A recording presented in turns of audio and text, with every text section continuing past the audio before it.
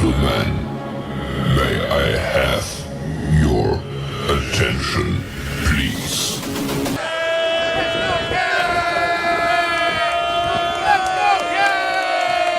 The show starts in 3, 2, 1, go. Good morning, CaneSport. It's December the 7th, 2022. I'm Gary Ferman, the publisher of CaneSport.com, joined once again by our managing editor, Matt Shodell, as we discuss the news of the day, presented today by Caneswear, your shop for all your holiday Canes shopping needs, and by Life Wallet, where the time is now to take charge of your personal health. And Matt, I got to start out. I've been besieged by messages, emails, phone calls. There was a lot of concern out there in the Canes Nation that after our rather animated debate 2 mornings ago, about the transfer portal, that I had just totally flipped and booted you off Good Morning CaneSport forever. And I wanted to clear up a couple things real quick before we get to the news of the day. Number one, it's really simple. I like the transfer portal. Matt doesn't like the transfer portal. So, yeah, we go at it. We debate this for at least 10 hours a day, and it's knockdown, drag out, boom, boom, boom, fight to the finish kind of battles. But once we're done fighting, we're friends again. Okay. So the fact that yesterday morning, this show with Matt was replaced by a show with John Ruiz should not have been interpreted as me firing Matt from Good Morning CaneSport and replacing him with John Ruiz. Okay. That was a one-off town hall. I hope you guys had a chance to watch it. It was very informative if you care about NIL.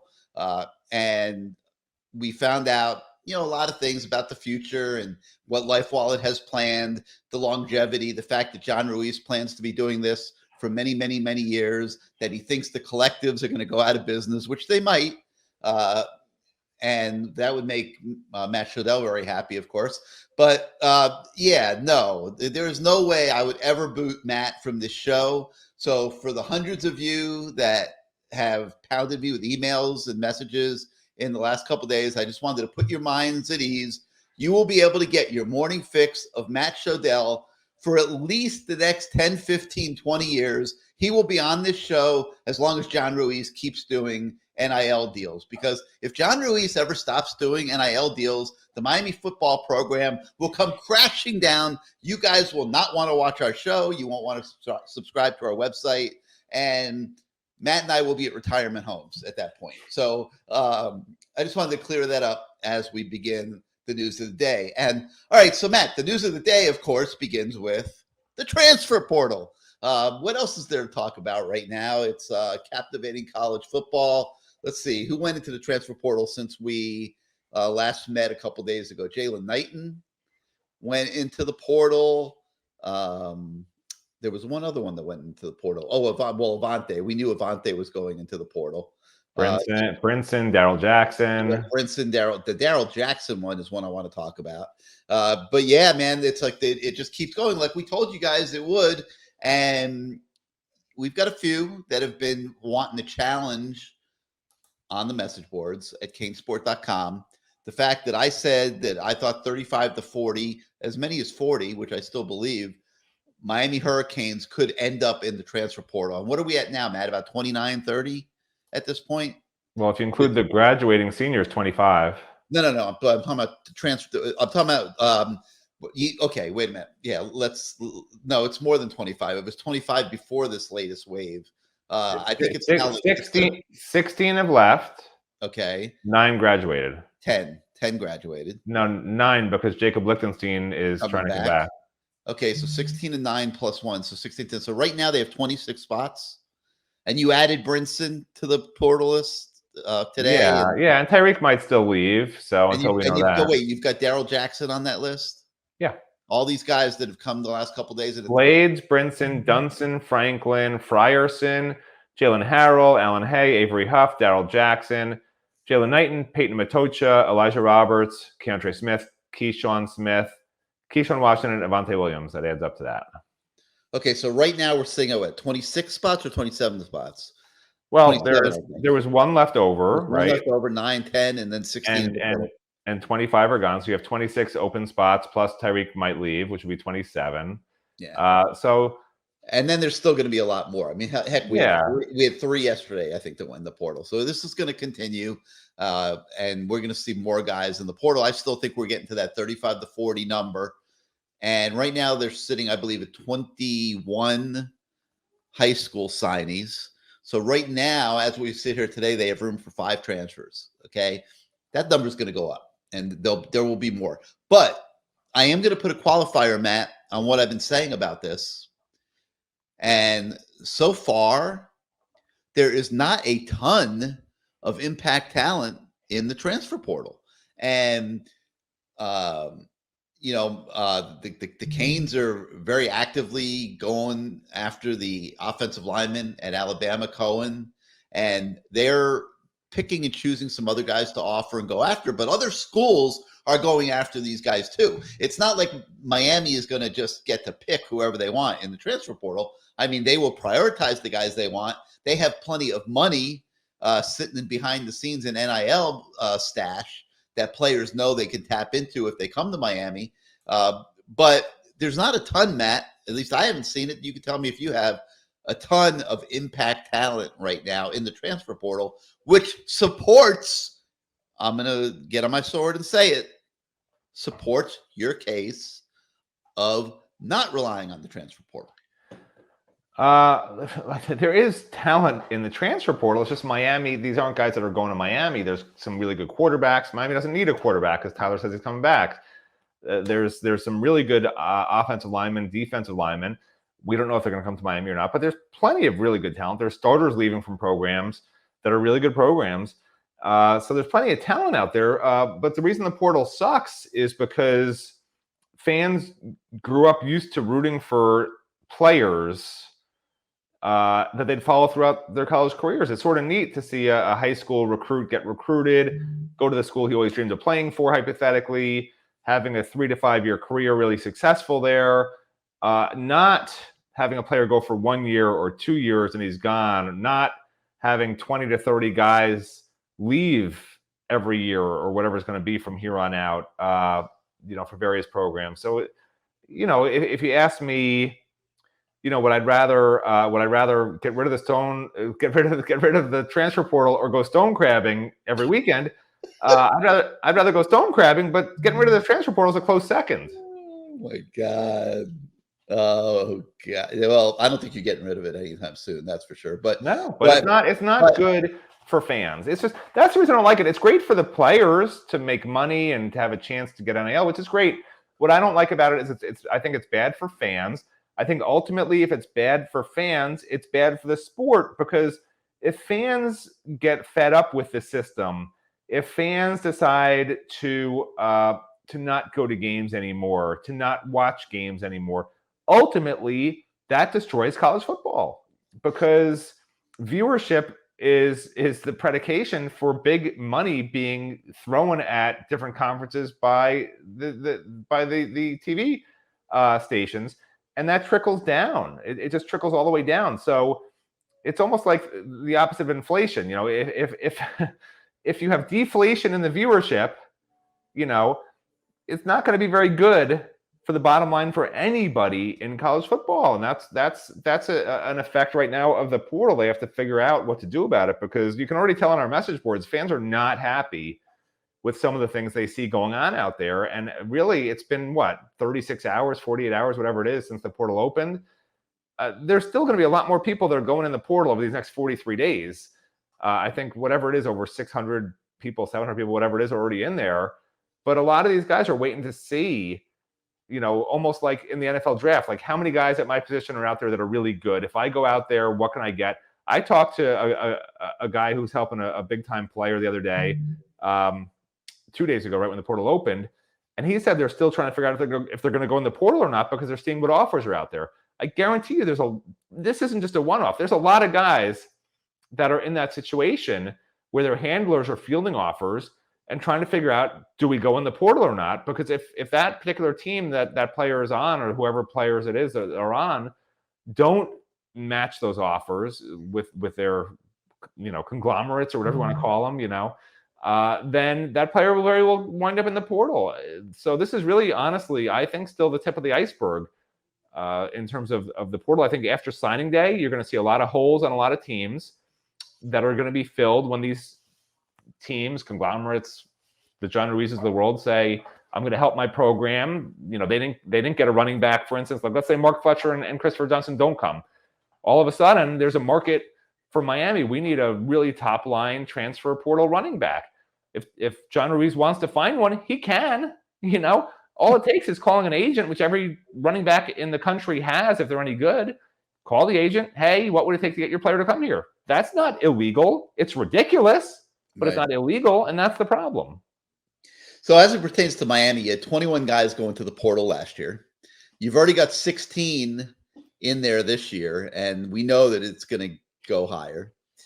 And the crazy thing is that a lot of these kids are going to be done with college football. A lot of them are not going to find landing spots, and it's going to be over. And that's the downside of the portal. I mean, the upside is obviously it allows teams to improve themselves. If you do a good job there, you can improve yourself quickly. Witness Florida State this year, but there's wreckage along the way, because to go into the transfer portal, you need spots. So that means kids are casualties, and a lot of those kids that are casualties are not going to get new teams. So they're going to be done with college football. But then picture yourself as a fan of, say, Boston College, and they recruit a really good quarterback, Phil Jurkovec, okay? And he's a really good player, and they had a pretty good team 2 years ago with him, and they lost a bunch of guys. They had some injuries, I think, and stuff, and they were terrible this year. Well, he's out. Like, he's not staying there for another year of that. He's out. He's in the portal. Somebody's going to pick him up and get a good quarterback. And what about Boston College, that's now left without a quarterback, left with nothing? Poor Blake James, who feels sorry for Boston College athletic director Blake James right now, whose football program just lost their signature marquee talent into the portal. What did I tell you is going to happen? I told you the top 20 or 30 teams that all have really good NIL bases are going to be the only programs that wind up with really the top players and in the top 25 every year. And if it continues like this with no legislation, every other school that is just left out in the cold with zero chances of being good ever, they'll leave and form their own conference. They will do something, because it's not sustainable for them to just constantly lose games, can't get anybody to stay if they even get a good player as a recruit. It's unsustainable for them to even have a football program like that. So they're going to have to do something else. So that's another reason why this system, the way it is right now, as bad as it was before, with the NCAA imposing these rules, this system equally doesn't work. If what is happening right now, if you project it out over 20 years, 30 years, there will be no semblance of what people consider college football right now. It'll be a professional sport with multiple leagues, where there will be an A league, a B league, a C league, a D league, like whatever, soccer, whatever sport you want to look at. And the A league will have all the teams with the NIL money. The B league will be like the next level of teams below that have a little bit of NIL money, but not much. And they just pick their leagues and they negotiate their own contracts with TV stations, whatever it is, TV networks, because I don't see how else it can work. I don't see how else it can work if you have 2 or 3 teams in every conference that have every NIL deal to players, and everybody else is just terrible. I mean, how do you make that good football to watch on a Saturday and have fans remotely interested when a team is favored by 40 points in every game except for 1 or 2, which is what's going to happen if this continues. All right, so we are trying our best to keep up with this NIL, keep up with the Hurricanes going into the portal, not NIL, transfer portal. Keep up with the players leaving the Miami team and going into the transfer portal. And then we are trying to mine the portal and figure out who the Hurricanes will be going after. And one of those guys, we have our transfer portal tracker always on the website to give you guys a snapshot of those two things I just mentioned at all times, any hour of the day. We also have a story on the website that I posted last night about Miami's pursuit of Alabama offensive guard Javion Cohen. And he's a 6'4", 305-pounder who has started 25 games at Alabama the last 2 years. How about that? 25 games as a freshman and sophomore at Bama. They came into the season this year thinking he was their best offensive lineman. This guy is a very high-quality prospect. The only question I have, Matt, and in working on this story, I was never really able to answer, is what the heck is Javion Cohen doing in the transfer portal? I mean, like, I know Alabama's constantly recruiting great players. I know he was being pushed by this kid Booker, but he started the last 2 years. Like, the chances are pretty good he was going to be a starter next year. But he's a kid that had a lot of stress for whatever reason. I don't know if it was the Alabama program. You know, I'm sure it's a little stressful working under Nick Saban at times or whatever. And he spent a month in a mental health facility last June, 5 months ago, and emerged from that with a whole new outlook on life. We talk about that a little bit in the story. And he was able to start for Bama this entire football season and played relatively well. His Pro Football Focus grades were, right around 72, I think the number was. Well, the best Miami offensive lineman that played at least 9 games this year was Jalen Rivers, and his grade was about 60. Okay, so this guy's was 72. So he's significantly better than the best that Miami has, who just coincidentally happens to play the same left guard position that Javion Cohen plays. Now, which brings us to the story. The story is that Miami's going to visit him today. I wasn't sure if Mario's making the trip. I did not hear that he was. I do know that Alex Mirabal is going up to Alabama to see Javion Cohen. And Javion Cohen is the top priority right now for Miami in the transfer portal. I don't think there's any question about that. There probably, Matt, is not a better prospect in the portal, at least not that I've seen, that's a non-quarterback that Miami's not looking for, that's a better prospect than this guy. He started 25 games at Alabama. This is what, when I say get free agents, this guy's a sophomore. He was a sophomore this year. This is exactly the type of player I'm talking about. First or second year guys who you're going to have for 2 to 3 years, depending if you want to redshirt them or if they have an injury, whatever. What's the matter? I said, you're unbelievable. I just love the way you flip and flop back and forth on this transfer portal. Well, these are the guys you want. Totally agree. You don't want the portal guys. The portal guys are the people who are backups, who are starting at UAB. Like, I don't need those guys. This is the kind of guy that I'm talking about. These are guys who are difference makers, clearly difference makers, not just another guy. I don't need just another guy. And this clearly is a huge recruitment. I mean, Javion Cohen would be an outstanding addition to the program. And there's a few others in the portal too that certainly would be outstanding. I mean, we have a list. If you guys look on the front page, we have a list of, about 20 plus guys already. And out of those, you can tell just from my write-ups which ones are the free agents and which ones are the portal guys. And if you can grab a handful of the free agents, I mean, you laugh, Gary, but it's true. Hey, man, I come in peace today. I don't want anybody to think I hate you. I'm behaving myself. You land a handful of the free agents. You add the 25 to 30 recruits in this class, and you save some spots. You can keep some spots open for 2024 if you want. Because honestly, they have some guys coming back right now that, to me, you don't need. Like Jake Lichtenstein, as much as I like him, I mean, he's got 1 year left. He takes up a spot in the 85 that could be used for a true freshman or whatever. I don't love that because, my plan is 2 to 4 years from now, not next year. I'd rather take a shot with another freshman, just see if he can develop in the next year, honestly. I'd rather do that personally, but I know Mario wants to win right now and he wants depth at defensive tackle or defensive line with an experienced guy. So I get why he would keep him. I mean, a 7th-year guy, he probably knows a little bit of football. But so if you want to, you can just keep some open spots, so to speak. I consider Jake Lichtenstein an open spot because that's a spot you can use on a 2024 recruit, even though they can jettison whoever they want after next season. Because again, there's no limit in 2024. You can bring in whoever you want. The 25 limit doesn't start again until the following year, the class of 2025. So, these are the two chances for Mario to totally reshape the entire roster, because there's no limit in 2023, no limit in 2024. There's no better time to get rid of all your loose baggage, bring in 1 million freshmen, 1 million free agents, because you can. You can. These are the only 2 years you're allowed to do it, because the NCAA said you can, because COVID screwed up all these teams' numbers. Take advantage of it. They need to take advantage of it. And we're going to see what happens. I'll give Mario a grade, certainly before or after spring ball on what I think he did. And if I agree with it, I know fans always think everything Mario does gets an A+ no matter what. Matt Shodell doesn't always agree. Sometimes gives him this is CaneSport, where we have a bias towards Mario and I protect Mario. Haven't you been reading the message boards? Well, I was going to say, instead of an A+, I give an A. An A. An A is a bad grade. Okay, how about that?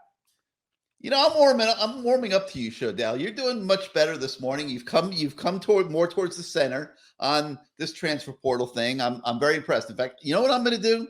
I'm going to restore the name of the show to the screen, okay? Because I think that we can make it official. You are back to being a permanent fixture on this show. You are not being replaced by John Ruiz. And I've been doing everything I can to get replaced on this show. I don't want to wake up at 5 a.m. and do this stupid show. I mean, I've literally fought with you. I've called you names. I've made fun of your age. You won't get rid of me. Like, what else do I have to do to get off this freaking show so I can sleep in once in a while? It's really frustrating. It's as frustrating as watching this team for the last 20 years. You got to realize we're the old guys of the CaneSport team. We have our two millennials, Azubi and Steven, okay? You know as well as I do, you're the father of millennials.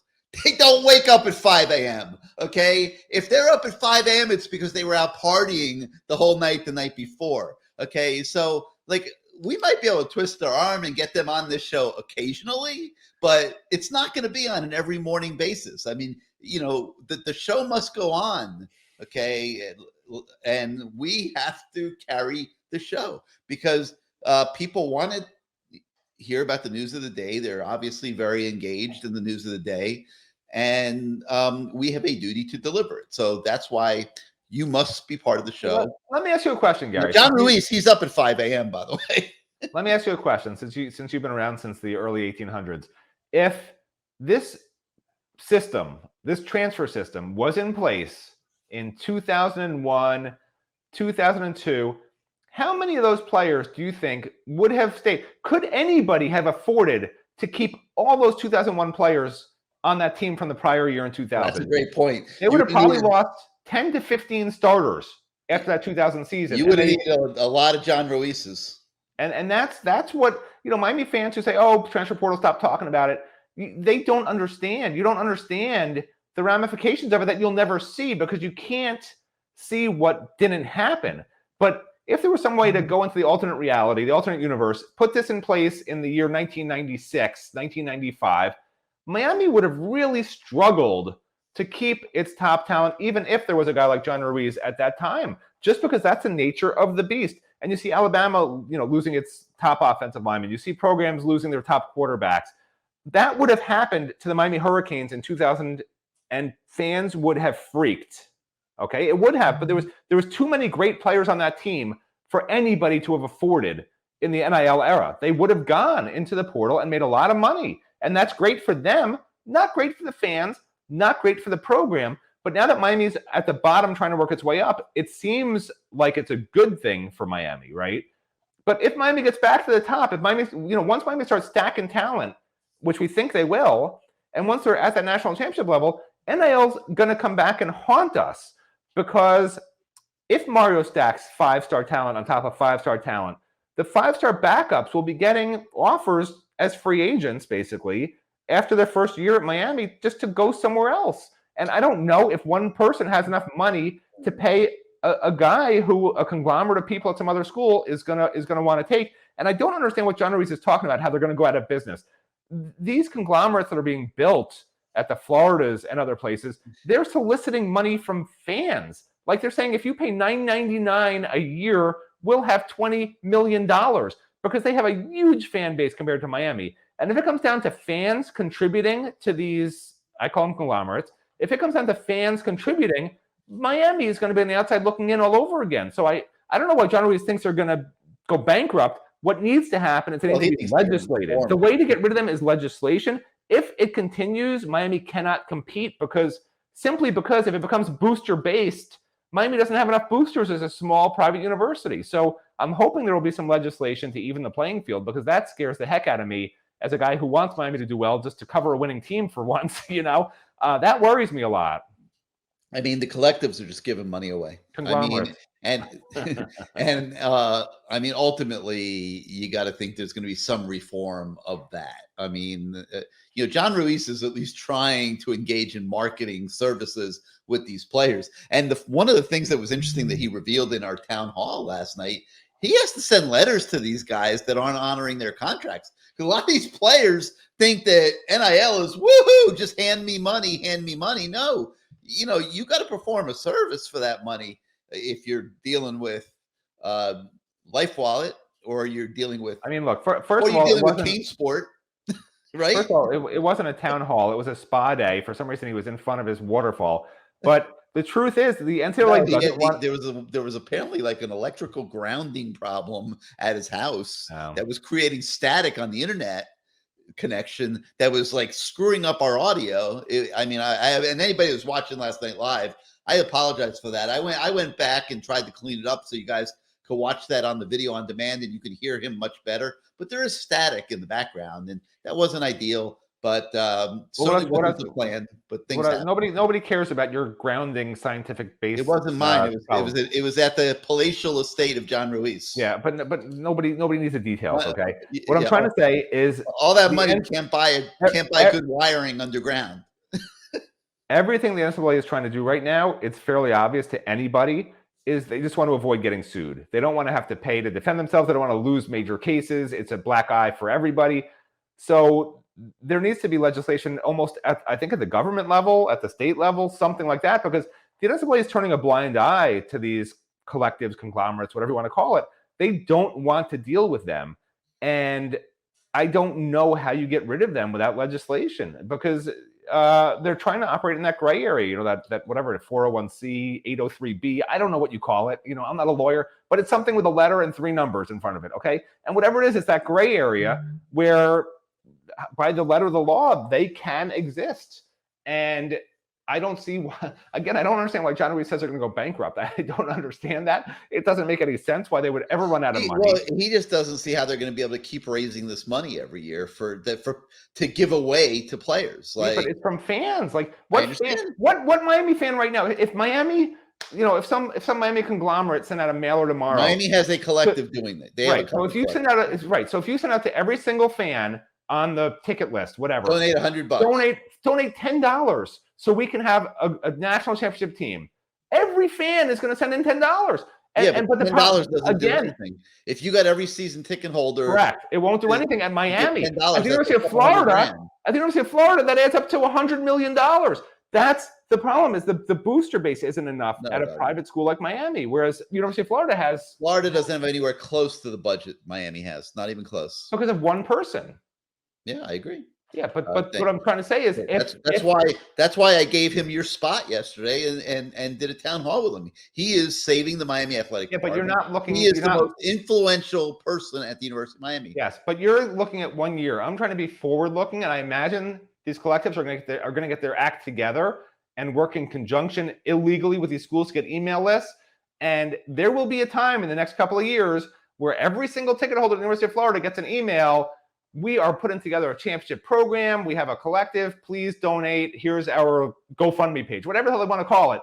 And they will raise a fortune that can't be matched by one person who is trying to run a business and seems to think he's doing it because it's helping his business. Whether it is or not, you can debate. But John Ruiz honestly thinks that this money he's spending is helping his business, whereas other programs are just, like you said, just giving the money away from fans to recruits and to players. And it's if you fast forward it through 5 years, I have a bad feeling Miami will not have the money if this is the same system, that schools that are public institutions with a huge amount of alumni compared to Miami, which is a private school and very small, it's impossible to compete. Like That's a assured big us problem. last night that he will still be doing this in 5 years. Yeah. He assured us last night he will still be doing this in 10 years. Right. I might even thrown 15 at him. You're still missing the point. You still don't even listen to me, do you?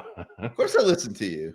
Well, what did I say? You said that you thought that this was not going to be here in 5 years. No, that's not what I said. What I said is it's going to be a problem because other programs that are public institutions are going to find ways to raise massive amounts of money. Will it eclipse what one person can do? Just having boosters and ticket holders giving the money away. I don't know if that's really going to happen because Do you understand how college football works and how fans work? Wouldn't it have happened already?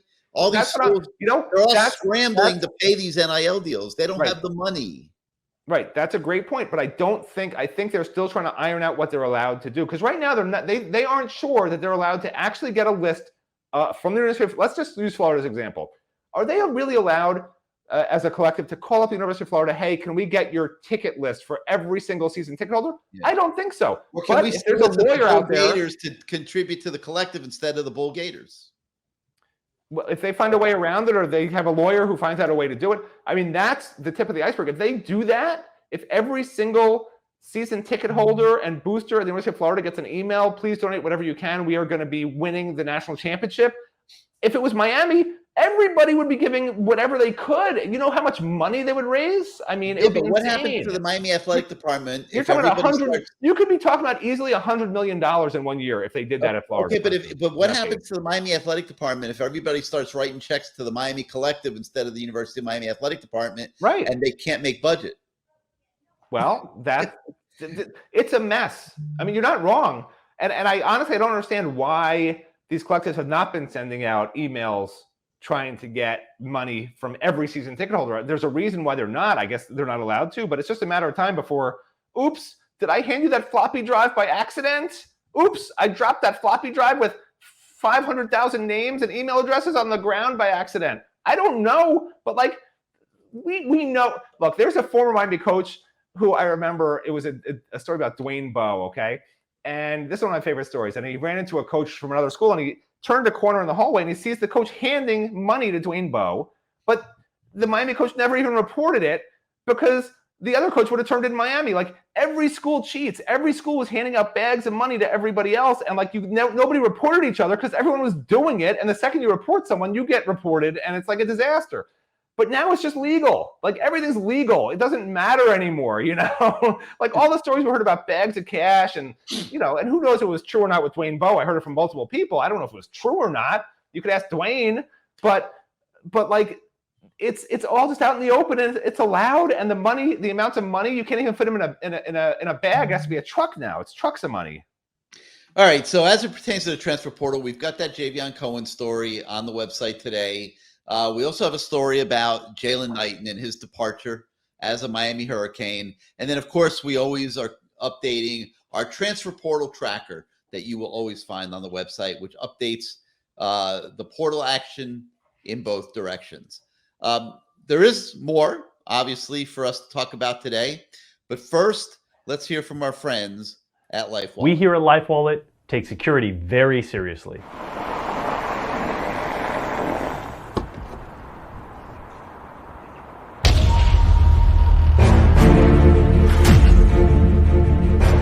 Our data security team is working constantly to make sure that your data is not accessed by anybody who you don't authorize. Hey, what's up, man? Yeah, excuse me, sir. Thank you. I have a problem with CC, and he's thinking about it, and I'll be talking to CC. We'll talk to you tomorrow. We use leading technology standards like biometric data to make sure that only you have access to your data and your identity is protected.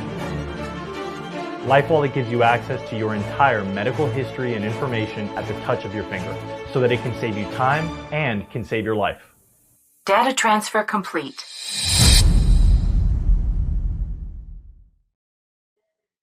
All right, and for those of you that still have holiday shopping to do, which I'm sure is most of you, let's also hear from our friends at CaneSport.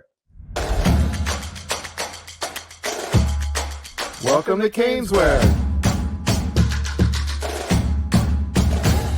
Family owned and operated since 2010, CaneSport has all latest merchandise for the Miami Hurricanes, Miami Dolphins, Inter Miami Soccer, and more. Come visit us at our store in Davie on University Drive, just south of I-595, or online at caneswear.com. CaneSport, the spot Miami fans shop. All right, so on to other things now that are on the website. This morning, we also have an update on Malik Bryant. He's the Miami commitment linebacker, and some are worried about the Gators pushing. And I can tell you that is a legit concern. I don't care what anybody around him is saying publicly, including to us in this story today. Malik Bryant's, I don't know what they call them. I'll call them NIL agents.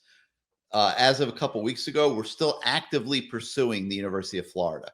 And there were indications that they wanted to flip to Florida. Now, Miami was able to run interference there and hold that off for then. But we can sit here and we can assume that everything's going to be perfect right up to signing day. And maybe it will. We hope it will. Or we can assume that it'll be like it always is, and there's going to be a surprise or two along the way. And I still believe if there is going to be a surprise or two along the way, that this one would be the leading candidate. But we do talk to one of his coaches today who unequivocally tells us that Malik Bryant is 1,000% in the Miami camp. And hopefully that's true, but you'll enjoy that story today. We also have a story with the coach of offensive line commit, Tommy Kinsler, and we talk about what he's going to bring to the table. We're trying to talk to a lot of the coaches of these kids, get a feel for how they did in 2022 and how we can expect them to perform as Miami Hurricanes, because a lot of these guys are going to be arriving as soon as January and will become immediate members of this team, will participate in the spring practice, will directly impact the 2023 football season, which hopefully is a good thing. We also had an update with linebacker Stanquan Clark that you don't want to miss. How does the coaching staff shakeup at Louisville affect his status with Miami pushing hard? And Matt, we've been covering this one a lot. You know, we've been all over the Stanquan Clark pursuit by Miami, and it's weird, man. It's like I'm not feeling that he's dying to commit to Miami. I mean, either he's making them work because they were late getting on him and didn't do him justice early, and he's got a little chip on his shoulder, or Louisville is throwing a heck of a lot of NIL money behind landing him, because he's, even with Scott Satterfield leaving Louisville to go to Cincinnati, I mean, what kind of move is that? I mean, if that's not a coaching lateral move, I don't know what the heck is. I mean, he must have been afraid they were going to run him out of Louisville because he hasn't been winning there. So he goes and takes this opportunity at Cincinnati. Well, Stanquan Clark so far is like, oh, well, whatever. We'll see what happens with the other coaches. We'll see if they stick or whatever. But he doesn't seem like he's in a great hurry to jump out of the Louisville camp where he is committed and jump over to the Miami camp. Well, I think he's still in the season, obviously. And I did talk to his coach, Jube Joseph, yesterday.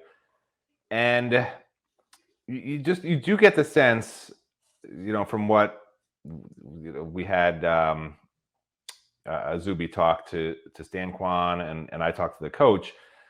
You do get the sense that Stanquan wasn't real thrilled with Miami backing off him after initially offering him a scholarship. And from what I understand, not from Stanquan, but from what I understand is he was going to commit to Miami, but they decided he wasn't good enough. And so he wound up committing to Louisville. And in the old days, that wasn't a big deal. If a recruit, eventually they said, hey, you had a great senior season, we want you again, and he wanted to be here, great. But in this era of, I don't know, the modern recruit, I guess you call it, which I'm still trying to figure out what a modern recruit is. I know it's not the same as the old school recruits, because every once in a while we'll have a coach say to me, and this happened with actually about Emory Williams the other day, one of his coaches said to me that he's old school. And all the coach meant by saying he's old school is that he works really hard. So when I refer to a modern day recruit. I don't mean that. I mean more they seem to be offended a little more easily and don't get over it and tend to maybe hold grudges, which I can relate to. I like to hold grudges too. It's sort of fun for me because anybody who's annoying and sort of mentally disturbed enjoys holding grudges, and that's me. But I do get the sense that Stan Kwan's holding a grudge against Miami, that Stan Kwan was not happy and maybe was even a little embarrassed that Miami basically told him, you know what, you're not good enough. And I think this is him saying, screw you. You know, I'll show you somewhere else.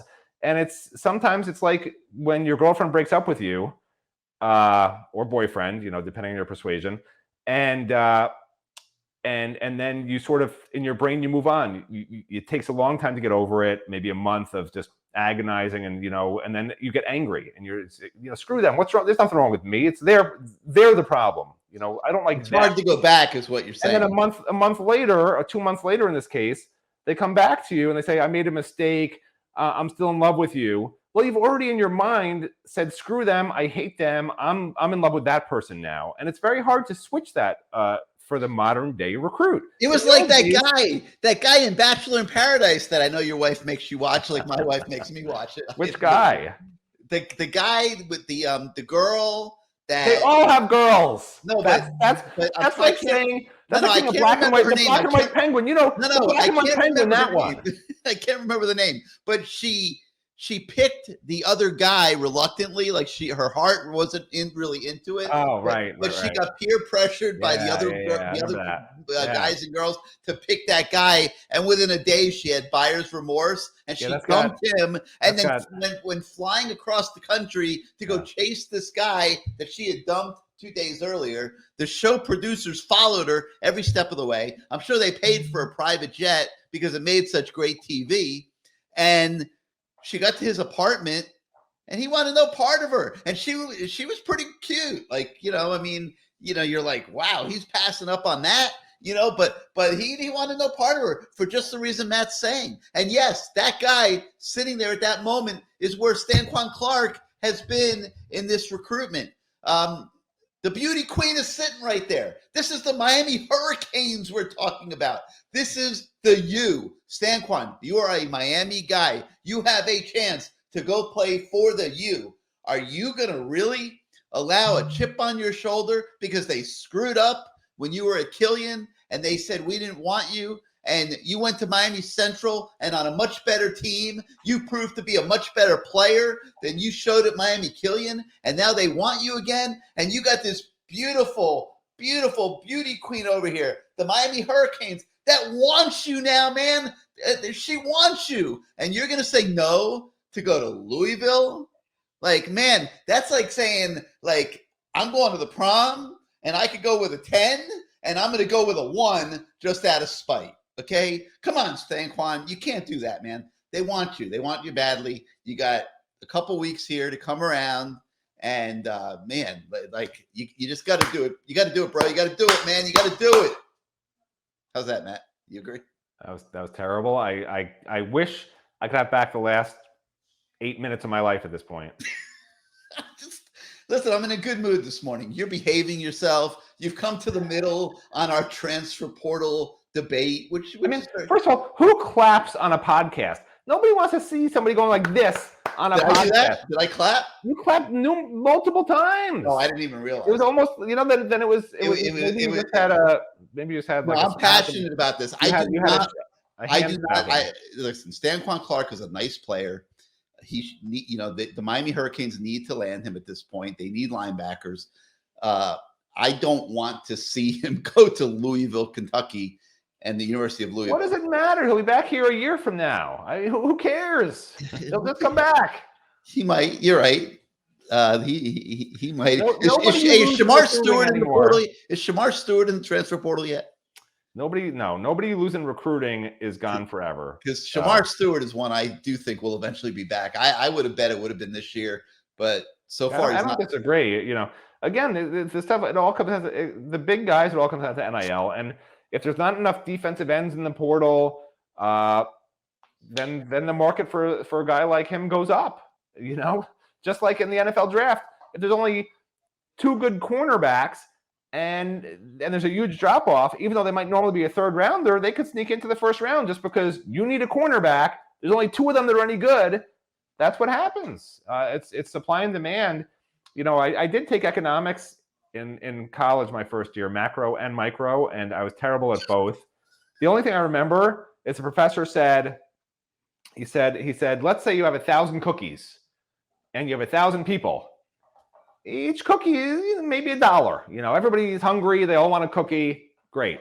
But if you have 1,000 cookies and you have one person, it's worth like a cent, if that, because, there's too many cookies for one person. So in this case right now, it's going to depend how many cookies are out there. And this is probably about as good as your example about one day of somebody leaving Bachelor of Paradise. And apparently somebody in one day moved on, whatever. I don't know what that example was that you were trying to use when you were clapping and screaming and putting your face up in the camera. He rejected her. In one day. It had nothing to do with my example, which was 2 months. Which would be like Stanquan Clark rejecting Miami. Anyway, the point is, great analogy. If there's a lot of cookies in the portal, then you're not going to see as many guys that are going to leave programs that are established players there, because there's not going to be that much NIL in it for them. And if they're already established and they're starting somewhere and they know the system, that's going to be easier for them. You have to really lure somebody with a significant amount of NIL better than what they're going to have, because otherwise you're leaving a system where you're successful and where ultimately, if you're good enough, you're trying to get to the NFL anyway, versus going somewhere which is a little bit of an unknown. You don't know who you're going to be playing with. You probably have to learn a new system. So, that's why NIL has to be more significant somewhere else. If you just match it at a Miami, for instance, no one's going to want to leave, assuming they're successful here in the current system. All right. So hopefully Stanquan Clark doesn't go to Louisville. We're gonna stay on that one. It doesn't bother me if he goes to Louisville. Do what you want, Stanquan, because you'll be back here if we want you in a year. It doesn't matter, because your ex-boyfriend, girlfriend is going to come calling in a year and say, hey, Stanquan, we still love you. We made a mistake. It's been a year. You went to Louisville. It was 30 degrees for 6 months of the year. Do you want to come back and play in front of your family? And he'll be like, okay, I've tortured you all enough.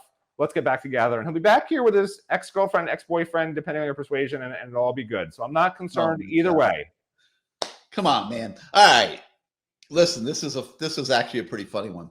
So we've been talking about this new football. First of all, I guarantee whatever Gary's going to say right now is not funny at all. I'm going to go out on a limb and just say that right now. Funny, I think. All right, so we've been talking about this new football complex that's going to be built at Miami for 150, 160, 170 million, whatever it ends up being costing. Okay, so you would expect that when they do roll it out, that there would be like great fanfare. They would have the band of the hour, serenading an event at the site with big screens showing the schematics of what's going to go there and everything else. You would expect, like, if you're going to build the building for 170 million, you would expect a serious rollout, right? Well, here's what happened at Miami. Okay.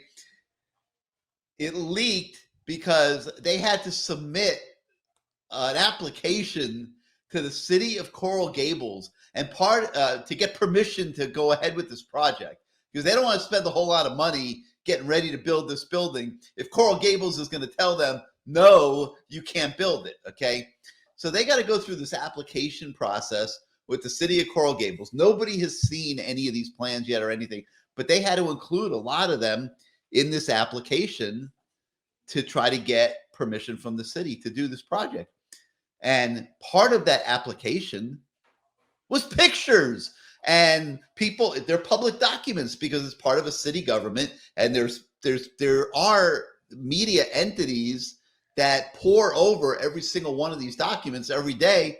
And some guy at some nondescript Coral Gables website or newsletter or whatever the heck it was found this application in the files at Coral Gables and found these pictures, and he released them. So now we get to show them to you right here. Ladies and gentlemen, may I present the schematic for the University of Miami football complex. What I guess these guys that are standing off to the right look like they're getting ready to walk over to the indoor practice facility or to the practice fields, which will be over there. This is just on the other side. For those of you that are familiar with Green Tree, If you picture the east side of Green Tree with all the mangroves and trees over there, this building is going on the other side of